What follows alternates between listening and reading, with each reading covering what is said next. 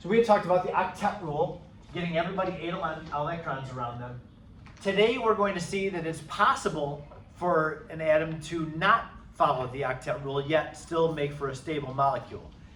We didn't talk about those at all on Friday last week, but we need to now. That goes to the next slide. I've got a couple of examples up here. These first two examples, there's going to be something in these two molecules that does not follow the octet rule. And so let's take a look at what that is. SF6, sulfur hexafluoride. You're going to see, I will go through the 5 steps for finding a dot structure every time. Now, at least for this, when we're doing dot structure examples, when we go on and start talking about shape, some of these I'm just going to show you what the dot structure looks like without going through the steps, just so that we can streamline this process. If you have any questions though about dot structures, feel free to ask. But here, since we're focusing on how to write these things, we're going to do all 5 steps. Number 1, count the number of electrons. How many valence electrons does this structure need to show? Sulfur has 6 valence electrons. Oops. And then fluorine has 7 valence electrons, and there are 6 of them. This is a lot of electrons. So 6 plus 42 is 48 electrons. That's our first thing, is figure out how many valence electrons need to be shown in the structure. Then, step number 2, choose the least electronegative element, put that in the middle. Fluorine is the highest, so it's never going to go in the middle. It's got to be sulfur in this case. So we're going to give this a sulfur central atom. Then attach all the other atoms around the central atom, at first with single bonds. Now there's 6 fluorines, and that means that 6 fluorines need to attach to the sulfur with single bonds. And this is certainly going to be a lot of electrons around that sulfur atom.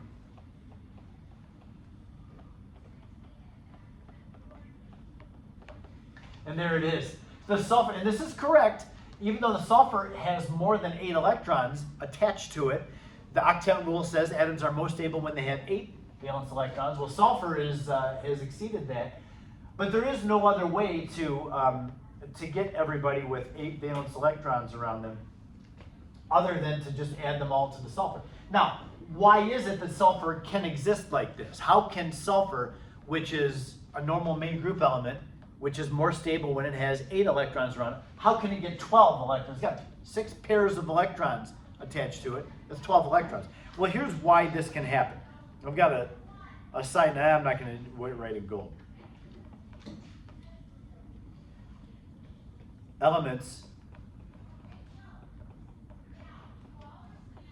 in the 3rd row or bigger, which sulfur is,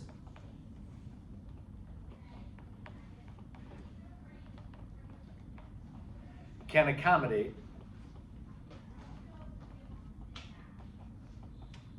more than 8 electrons.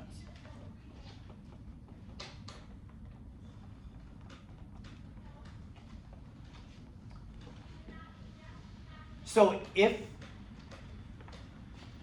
what happens is the sulfur is in the 3rd row of the periodic table. The 3rd row, those elements are filling the 3rd energy level of electrons. We had to learn about. Am I doing something funny? Okay. Anyway, elements that are filling the 3rd row of the periodic table or bigger than the 3rd row are at least up to 3 energy levels of electrons. Now, we know that in the 3rd energy level, there's 4m, 4. There's 3s, 3p, and 3d. That's what the sulfur takes advantage of, and that's why this can happen in the 3rd row or bigger, is that the sulfur is going to be bonding with electrons in its 3s, its 3p, and it's going to use some of its 3d orbitals. Even though when sulfur is not bonding anything, sulfur is not using its 3ds, if it needs to bond to 6 fluorines, it's going to take its 4 valence orbitals and 2 of its d orbitals in the 3rd energy level and use those all to bond. Now tomorrow we're going to talk about something called hybridization, and that's going to give a little bit more of an explanation of why this can happen, what the D's are doing. But we'll save that. Just know, when you have a bigger central atom, bigger just means it's not 1st or 2nd row, it's bigger than those. then those can actually handle more than 8 electrons around them. Now, I will tell you, the outside elements, atoms, what I call the peripheral atoms in a molecule, they will not ever exceed 8 valence electrons. If somebody's going to exceed 8, it's going to be the central atom. So do know that. The outside atoms don't, but the inside, the central atom may. Now, I didn't finish this dot structure. I was just talking about why the sulfur can have 6 fluorines around it. The next thing is, when we do the dot structure, add the lone pairs of electrons to everybody. Now, sulfur's already got 12 electrons around. Don't put any more electrons with lone pairs. But the fluorines right now only have 2 around them, so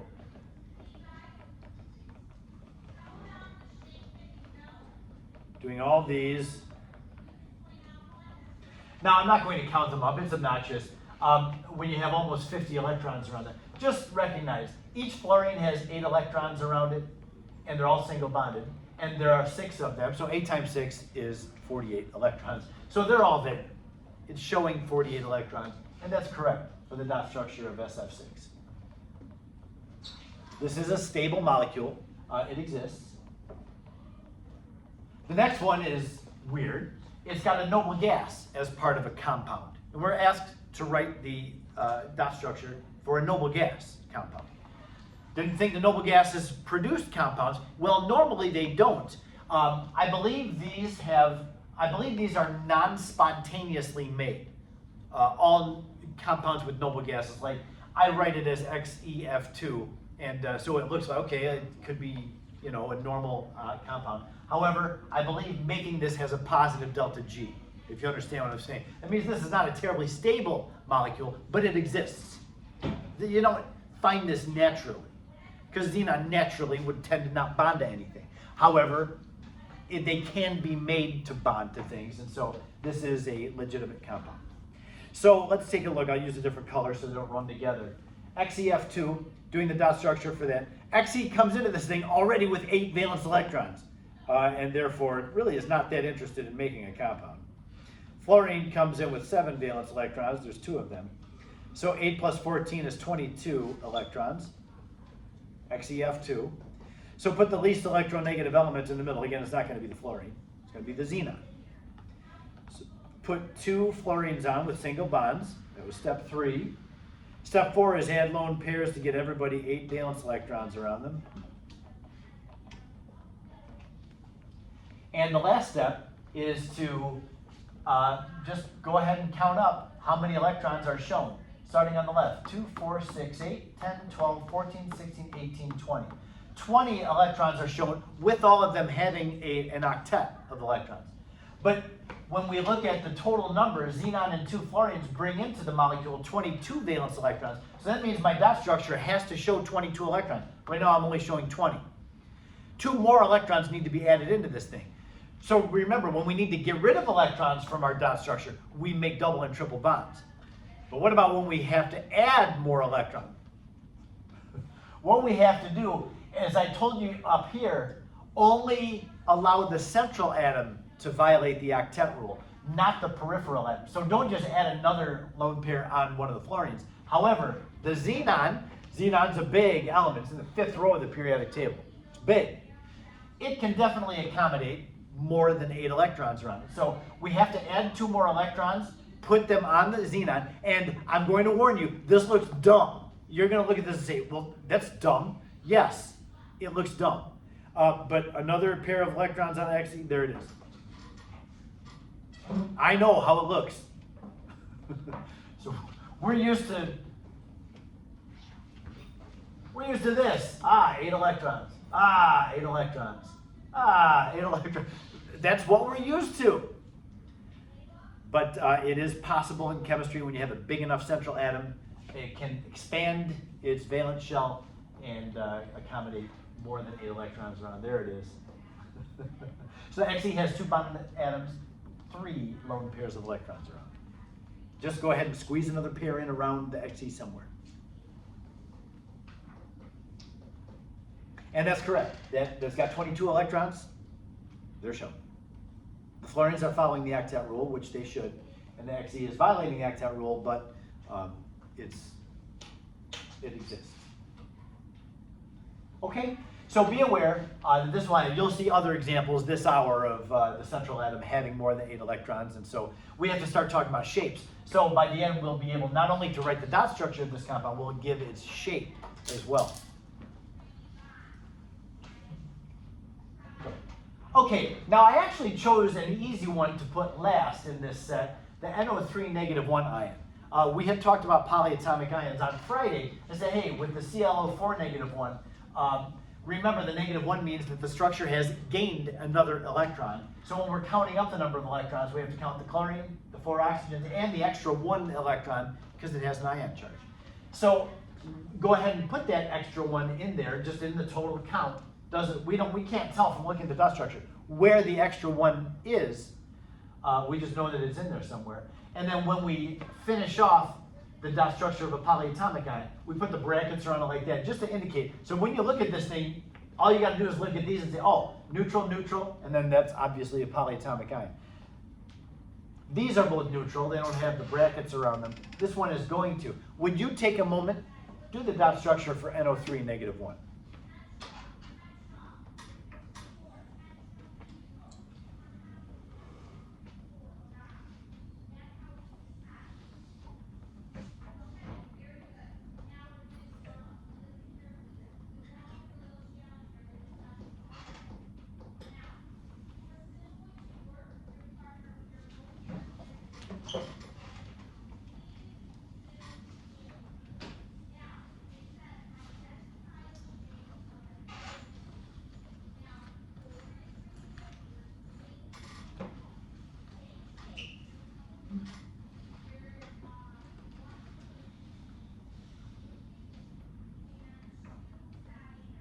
Got it?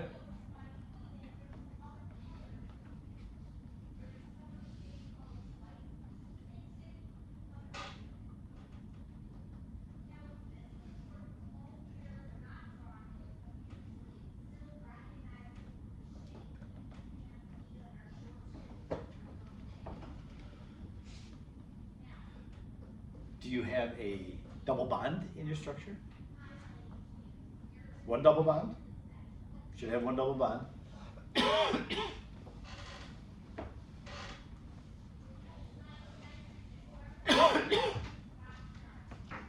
So NO3 with a -1. Count up the number of electrons. N has 5, O has 6, there's 3 of them, and there's an extra electron in there. So 5 plus 18 is 23, plus 1 is 24. We need a structure that shows 24 electrons. Put the N in the middle, it's less electronegative than oxygen. And then 3 oxygens around the N. Get lone pairs around everybody. There they are. We're just going through those same steps. Get into that habit. That's it. We're already through step 4. Now everybody has an octet of electrons, so we're almost there. We just need to make sure that the number that is shown is that number. And let's see, 2, 4, 6, 8, 10, 12, 14, 16, 18, 20, 22, 24, 26. 26 electrons are shown in this with everybody having an octet, but only 24 are needed. So we have to get rid of 2 electrons so that this thing shows 24 electrons. So that means we can make a double bond. That's why I said a double bond was needed. Take the lone pair on the end, erase it, and erase one of the lone pairs on one of the oxygens, and then make a second bond between them. We erased 4 electrons and add back in 2. The overall change then is going down by 2 electrons. So I'll just go to make a second bond between the N and the oxygen on the right. Erase the N's, lone pair, erase the oxygens, you can see what I'm doing there, and get another shared pair of electrons in between the N and the O.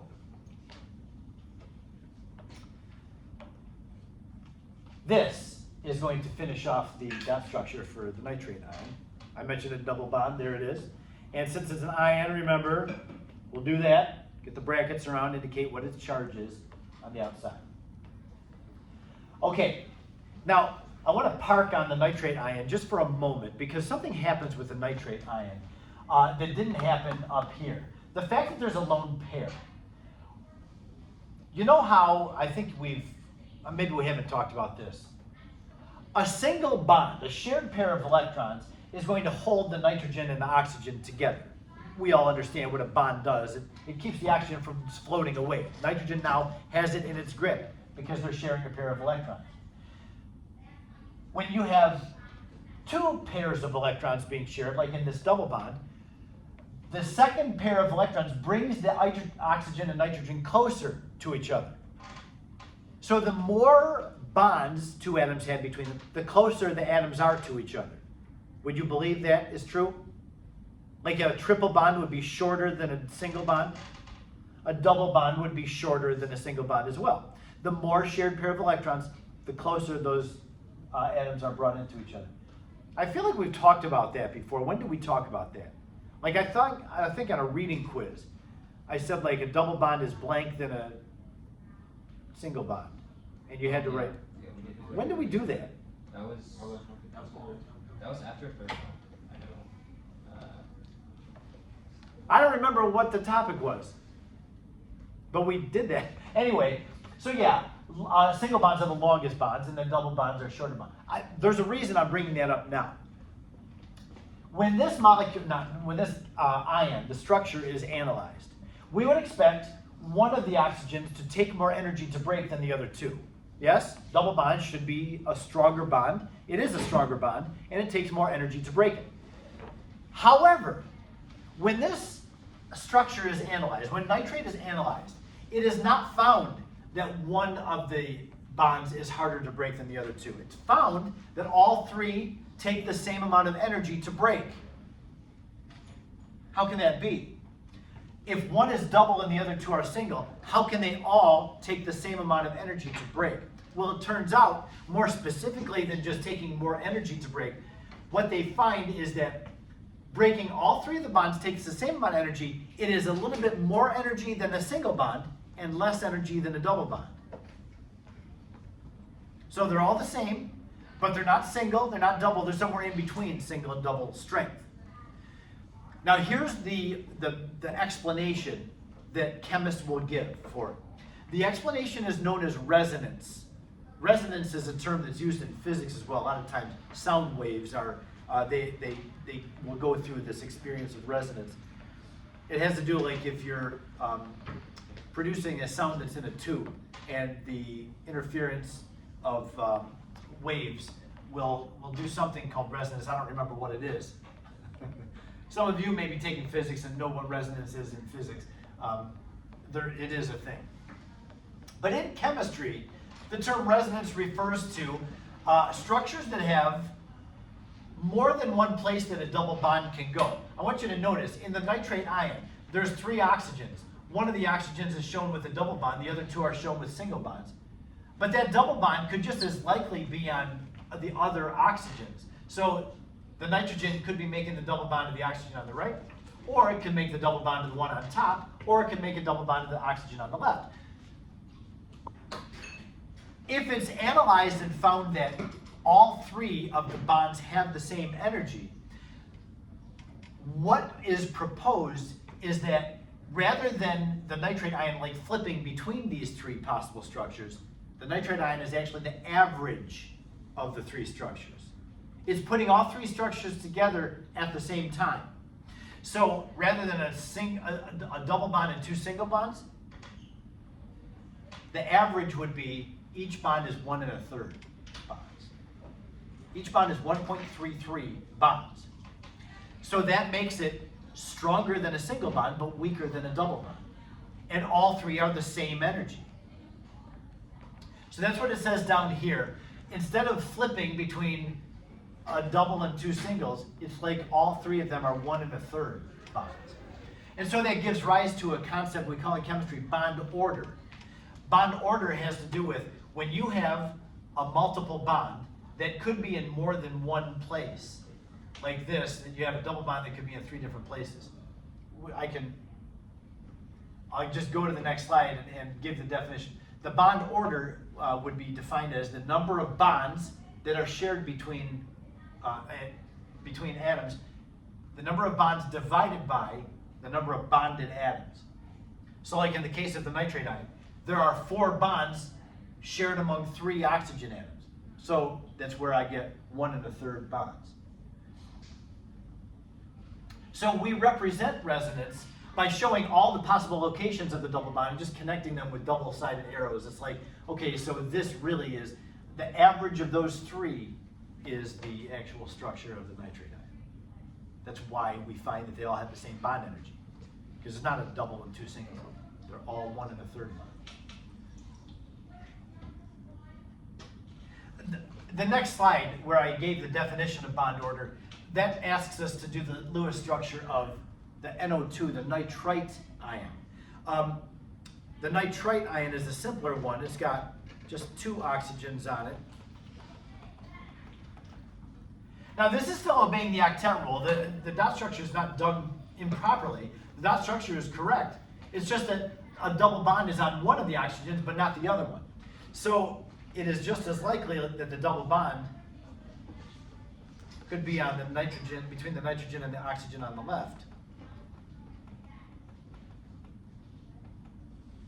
So the actual structure of the nitrite ion is the average of those 2.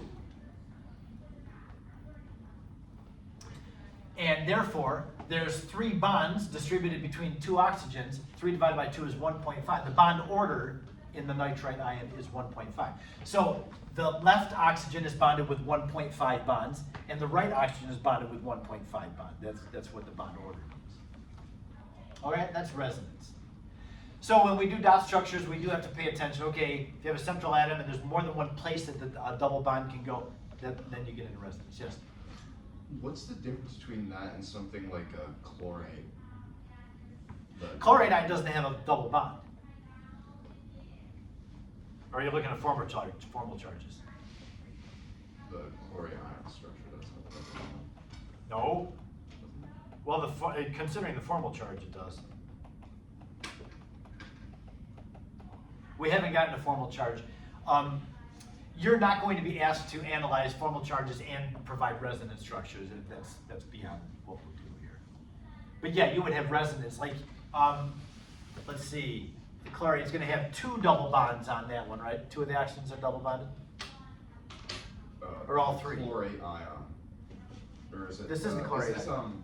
This is perchlorate, sorry. Oh, the perchlorate ion, Yeah. where there's 2 double bonds.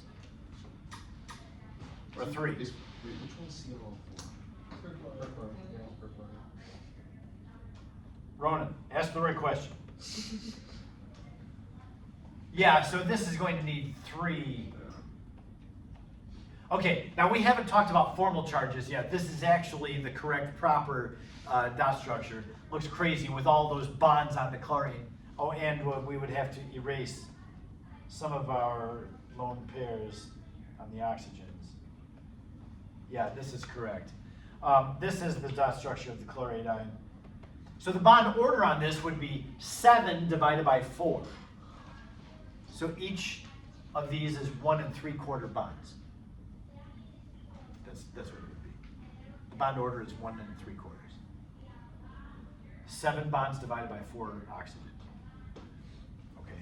But if you haven't studied ahead and known anything about formal charge or seen anything about formal charge, that is something that we will deal with in a while, like the very last day. This is one of those unfortunate chapters where the quiz on this chapter is next Thursday. It's a week from today, but there is a review quiz thrown in there. So I have tomorrow it's a lecture, and then Tuesday and Wednesday next week. Wednesday is pretty much a full lecture day where I'm going to try to be wrapping all the bonding up, and then our quiz is the next day. Not a test, but a quiz. Yeah, next week starts the dreadful 2 weeks before the AP exam. 5 assessments in 2 weeks. Woo! Oh, you know what? Speaking of that, something has changed too. I guess I can modify that now. You only have 4 assessments in 2 weeks, but maybe that will help you. Mr. Hevel and I just learned yesterday that the day that we have our final exam scheduled, Mr. Hevel's already adjusted. Our final exam, as you may remember, was scheduled for the Friday before the AP exam. That's the day of a pep assembly. We just learned yesterday. So that means 5th and 6th hour are shortened. And what we decided to do is just take all of our classes and push the exam back to Monday. And I hope that that's okay with you, because that does give you the weekend then to study for the final exam, yeah? What if you have an AP exam that day? Oh, yeah. Didn't think about that, Tanvi. Do you? Yeah. Yeah. I have AP That's bio. like popular APs are Monday. I didn't even think, is it in the morning? Yeah. Maybe I have to push it back to Friday then. Oh, no. I liked having a Friday because that would give you Monday to look at the exam. But then I kind of like Monday because it gives you the weekend to study. I can just do it on Friday. I don't want anyone else to do it. Like, I don't want it to be pushed back. What exam is it? AP bio. Bio. I've got only a couple of people Yeah, in bio's morning. Most people And then don't take psych it. is that day too, isn't it? No. Micro's equal. Okay. Maybe we'll do that then. It's AP bio and AP Thank you for Latin, letting me and know. then Nobody AP said that at first, European so. history and- All right. Yeah. I'm gonna. The micro's in the consider- afternoon. All right. Okay. He still has Okay. class. Yeah, that was so fun. Maybe we'll wind up doing that then. The class will take it on Monday and. Yeah, he only has first semester. Okay. For AP, yeah. Pebble does, but he doesn't. No, it's still important. The morning is still AP, there's only AP bio. Okay. I can Is just- anybody else in here in AP Bio? Does you know of any of the other people who aren't here? I'm not on it. Oh, yeah, that's right, okay. All right, so, yeah, so anyway, that's that. We'll talk about formal charge and we'll all have a sense of what's going on there. Oh, the VSEPR theory. I know that you have learned some of this. I'm going to kind of zip through this and get to the shapes that you have not seen before, because now that we can have central atoms with more than 8 electrons around, and that gives rise to new shapes. The shapes that you're familiar with, we'll see, and we'll do those quickly. VSEPR theory is our working theory that justifies the shapes that we assume molecules have. You remember what VSEPR theory stands for? Yeah? Valence shell. No, we're not talking JPL here. Jet Propulsion Lab. Electron P. Pairing? Electron pair, which is a bond. And then what's the R? Repulsion. Yeah, repulsion. Good memory. Good times that first semester Chem 1 class. I can't say that without smiling. Anyway, VSEPR theory. Now I know phonetically it's not VESPR, it's VSEPR. We're not pronouncing it correctly, but everybody in chemistry calls it VSEPR theory. It's just one of those things that I can't seem to let go of. It's annoying. But I don't want to call it VSEPR theory either, so we're just stuck with VSEPR theory. Electron pairs. Electron pairs can either be a pair of bonded electrons or a lone pair of electrons. On the central atom, we always look at what the shape is around the central atom. So the shape is only going to deal with what the structure of electrons is around the central atom. The peripheral atoms, they have to be there to be part of the shape. But what's going on around the peripheral atoms, we don't care. We just want to know what is the shape around the central atom. So I'm going to organize this by something I call coordination number. The coordination number is defined as the number of bonded atoms plus lone pairs. Oops. There's an S in there. Plus lone pairs on the central atom.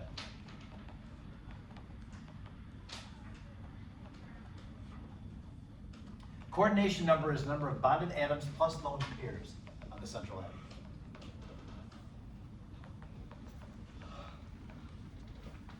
So that in the molecule CO2, now this is where I'm going to start just drawing dot structures without going through all the steps, just so that we can move things along.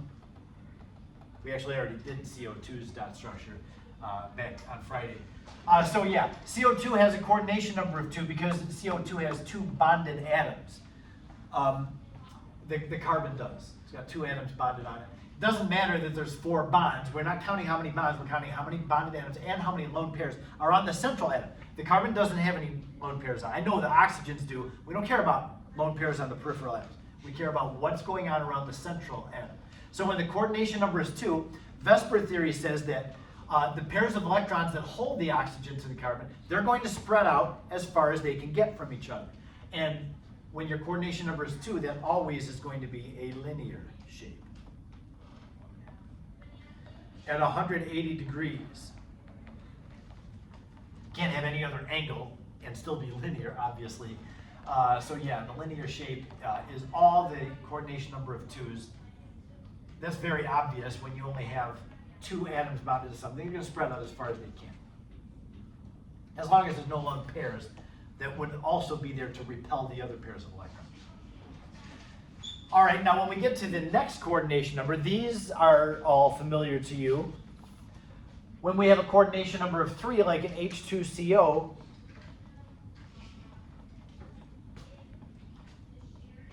H2CO has this dot structure. The carbon and oxygen are double bonded to each other. The carbon in the middle has 3 bonded atoms. It has no lone pairs on it. So what that means is the 3 pairs of electrons that the carbon is going to have around it that are bonding to the different atoms, they're going to spread out as far as they can get. Pairs of electrons are little negative clouds. Negative clouds do not like to be around each other. They spread out as far as they can get from each other. That's what VSEPR theory says. So when the 2 H's and the oxygen spread out as far as they can from each other around the carbon, what is the shape that's made? Do we remember this shape? Trigonal planar. Right, it's trigonal planar. Trigonal means they arrange themselves in a triangle, but very specifically, they're all in the same plane of that triangle. It's not, oops. Trigonal planar. Yeah, the central atom is not raised up or down below the other 3 atoms. They're all in the same plane. The bond angle on trigonal planar is 120 degrees.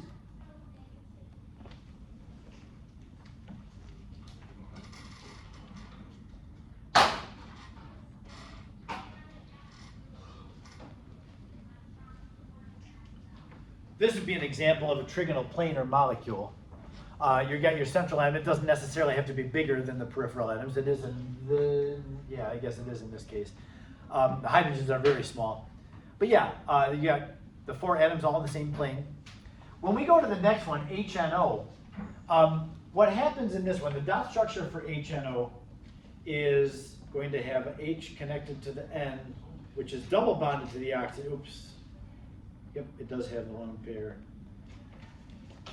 The oxygen has 2 lone pairs. If we count this up, the electrons, 1 plus 5 is 6, plus another 6 is 12. 2, 4, 6, 8, 10, 12. So everybody's following the octet rule, and the central atom there has a coordination number of 3 now, 1, 2 bonded atoms, and a lone pair on it. So the coordination number is 3. The reason that we count that lone pair is that lone pair repels these pairs of electrons. So that lone pair is playing a part in dictating what the shape is. It's repelling and preventing this from being linear. I know that the dot structure makes it look like the HN and O are all in a straight line. Listen to this because people mess this up all the time. The Lewis dot structure does not indicate what the shape is. Even though the Lewis dot structure is linear, it does not make the molecule linear. Don't make that mistake. What is the shape of it? Well, I've got a nitrogen in the middle with a hydrogen and an oxygen, and then the other one, there is no other atom on it. It just looks like this. This little toothpick that's sticking out is a pair of electrons. That pair of electrons repels the other pairs of electrons, so it kind of pushes away at that one and that one, and it causes the actual shape of the molecule. You see the computer image of it. It's more like this, where that pair of electrons is pushing away from those pairs of electrons. The angle between the pairs of electrons is still about 120 degrees. The shape, therefore, of what remains, like what we can see here, the shape of the atoms are making, is bent. Now the angle of the bonds is different. The angle of the bond, we would say, oh, it's just like this, it's coordination number 3, so it's 120. Not quite. There's something else that happens with the angles of the bonds. This pair of electrons, when you have a non-bonding pair of electrons, normally they're going to spread out and take up more room. The pairs of electrons holding an atom together, those are very localized. They're specifically right there. But a non-bonding pair of electrons, it spreads out. So what happens is, above this nitrogen, that lone pair that's not bonding anything, it spreads out more, which actually puts the squeeze on these two. So when you have a lone pair on the central atom, it's going to squeeze the remaining bonds for these small molecules about 2 degrees. So the angle of the bonds in the NO or the HNO molecule is more like 118 degrees. I'm going to put a little asterisk or a star next to that because on the next slide we're going to see an explanation of it. You can see down here it says, note, when you have a lone pair on the central atom, it does take up a little bit more space than a bonded pair of electrons. And so it does squeeze the remaining bonds. We're going to see that again. So I'm hoping, there are 6 coordination numbers. I'm hoping to get through 5 of them today. That's where I ended in my first hour class. So if we can get through a coordination number of 5, then we've done well for the day. We've got, what, 10 minutes or so left? We're more than 10 minutes. We're doing well. I'm doing well. I hope that you're doing well. It is kind of boring, I admit it. This is not the most engaging of chapters. Some people like this, I think, man, that's not the way I think. Give me the math. I like to do the math. But this works for you? Or you just like none of it? Oh, I thought you said, oh, no. You saying Anna is like, yeah, okay. Yeah. I like last chapter. The electrons? Yeah. Did you? You like the electron chapter? Fun. That's interesting. Like doing the electron theory. Like my least favorite lecture of the whole year is the ones about electronegativity and atomic radius ionization. No, not that. I don't enjoy that at all. The electron configuration is fun. Oh yeah, I like the configuration. Yeah, learning about that and that, yeah. Anyway, okay, let's get at it and just try to get through this. So we're going now to coordination number of 4. We've seen just 2 shapes when your coordination number is 3, the trigonoplanar and the bent. With more atoms around the central atom though, CH4, the dot structure is, as you know this one well. This was the first dot structure that you saw in this class, back on day 2 of the school year, when we were doing organic chemistry. I know, once again, the dot structure for CH4 looks like this. This does not mean that the bond angles are 90 degrees though.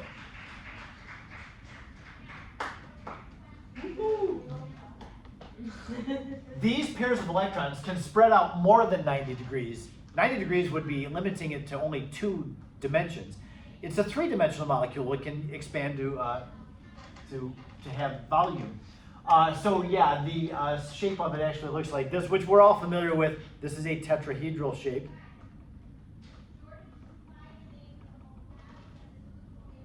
The CH4 molecule is going to arrange itself so that all those pairs of electrons around it, around the carbon, are as far as they can get from one another. Do you remember what the angle is between the bonds?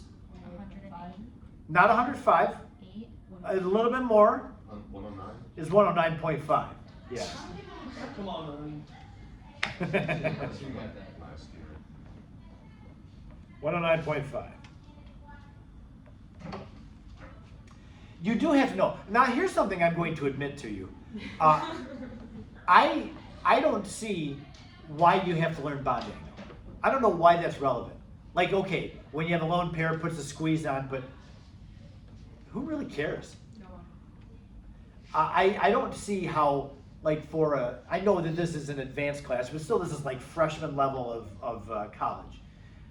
Why do the bond angles even matter? I always have failed to see that, yes? Don't bond angles contribute to like the molecular force? Yeah, but having, and when I say bond, yes, so they do. They do have something to do with the intermolecular attraction. But the fact, we're going to see that this angle has a lone pair on it, like this above is a lone pair. That puts the squeeze on this bond angle is going to be 107. Does it make that much difference? I mean, between 109 and 107? 2 degrees? Of course it makes sense. Yes, it does. Taller. Yeah, I guess. Yeah. They took out nuclear chemistry, which is a really interesting thing, and they want to keep the 2 degrees squeeze of bond angle, though. Anyway, what's the shape of the ammonia molecule? It's a pyramid shape, that's right.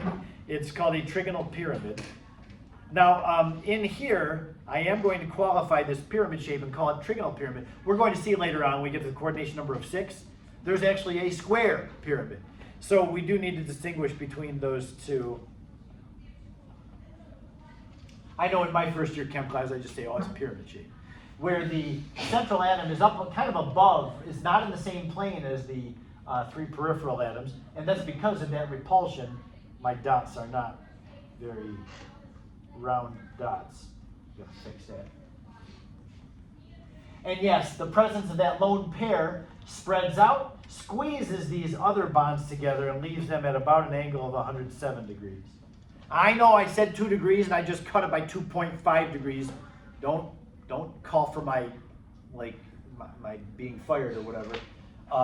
It's around 107. In fact, if you want me to do this, I'm happy to do it. It's about 107 degrees. Normally with ammonia and coordination number 4, you'll see it's just published as 107.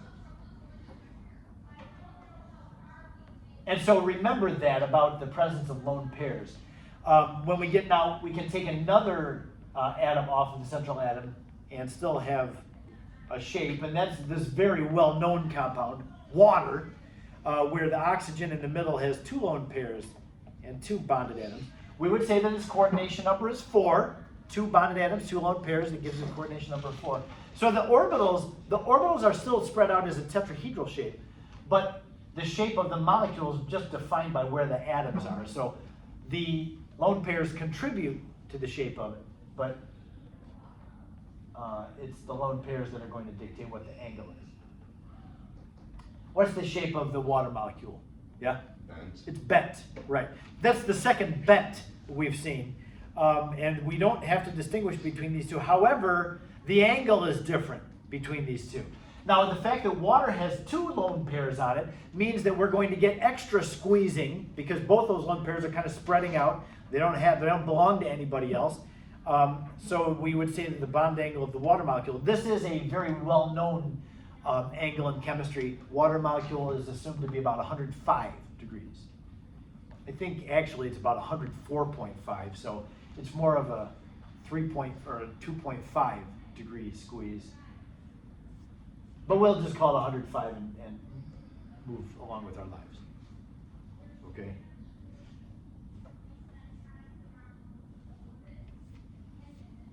All of these shapes you have been acquainted with before. I tried to go fast through those. That leaves me with about 5 minutes left. We won't get through all of the coordination number of 5s. But here we go with one of them. When the central atom has 5 atoms and lone pairs around it, now it's disobeying the octet rule. It has expanded its valence shell to accommodate this case, coordination number 5, the central atom is going to have 10 electrons around it in every case. So our first example is where the central atom won't have any lone pairs on it. PCl5 dot structure is going to look like this. A P with 5 Cl's are going to be coming off like this, kind of like it's got arms and legs and a head.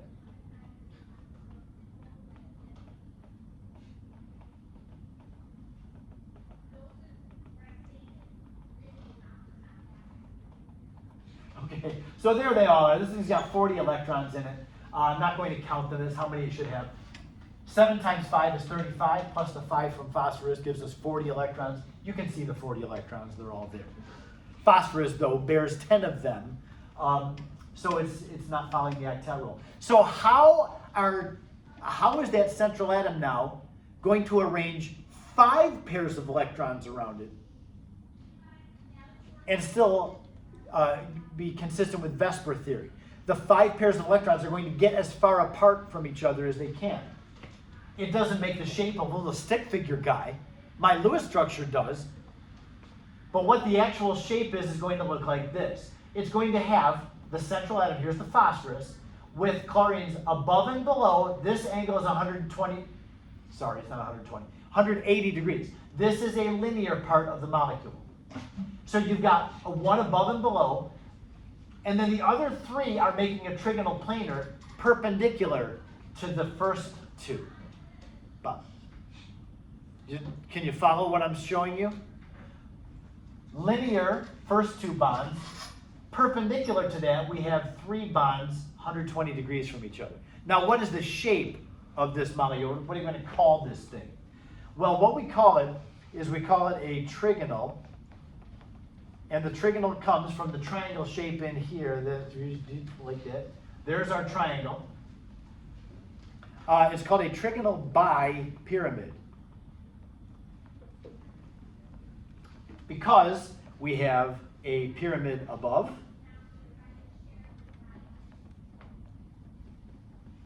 and then a pyramid below.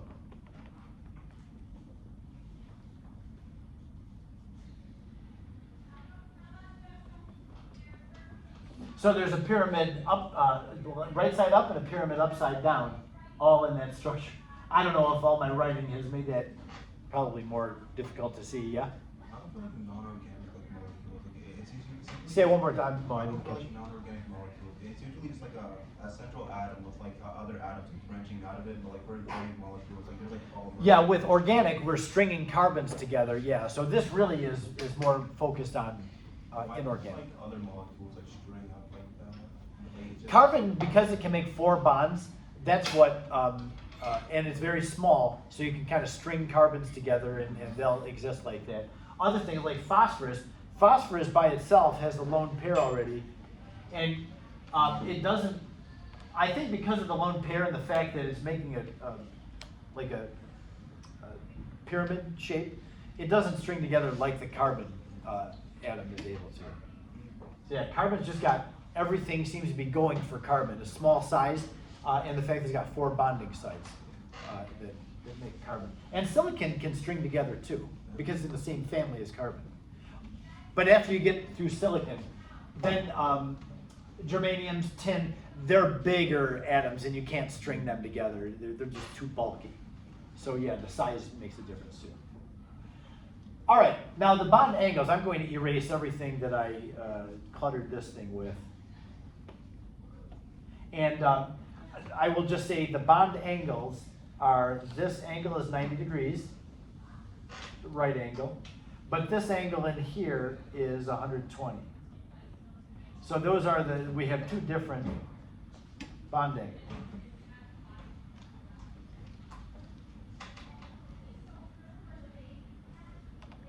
I'm going to do one more. This one is a ridiculous shape.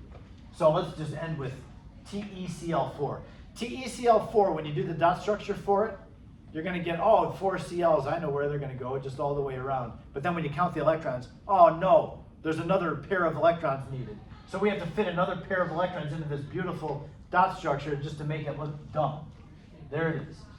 This would be the correct dot structure of TeCl4, yeah. Isn't this called a seesaw? It is. It's a seesaw shape. Yeah. So what they do, once again, I'll erase all of this that I have drawn on here. This is the coordination number of 5. This is like the base shape, where you've got 1 above, 1 below. This is the pairs of electrons when the coordination number is 5. You can see the Te, 4 bonded atoms and 1 lone pair. That's the coordination number of 5. But one of those is a lone pair. So out of this midsection here, where the 3 atoms are making the trigonal planar, 1 of the atoms is removed and replaced with a lone pair. So I have actually that shape. Mr. Heffel took these out. I'm going to borrow these. So here's a trigonal bipyramid. 1 above, 1 below, and then 3 around the middle. Well, one of these gets taken out when you have one of them as a lone pair. So you see the toothpick still kind of hanging out there. That's repelling the other, still keeping that essential shape. So yeah, this is the shape of it. Yeah, what scientists envisioned was if you kind of plot that shape over, then you can think of this as like as a long board, and then it's like a teeter-totter. So they call it a seesaw shape, another term for teeter-totter. So yeah, coordination number of 5, if you have one lone pair in it, we call that a seesaw. There it is. I hope all of you have a fine Thursday, and then we'll catch up and continue this tomorrow. Not a good Thursday. I see how it is. It's a good just a fun Thursday. one. Yeah, we only deserve a fine Thursday. Fine is, I put that as higher than good. Oh, okay. Okay, so I'll have You to say fill in good this. job today.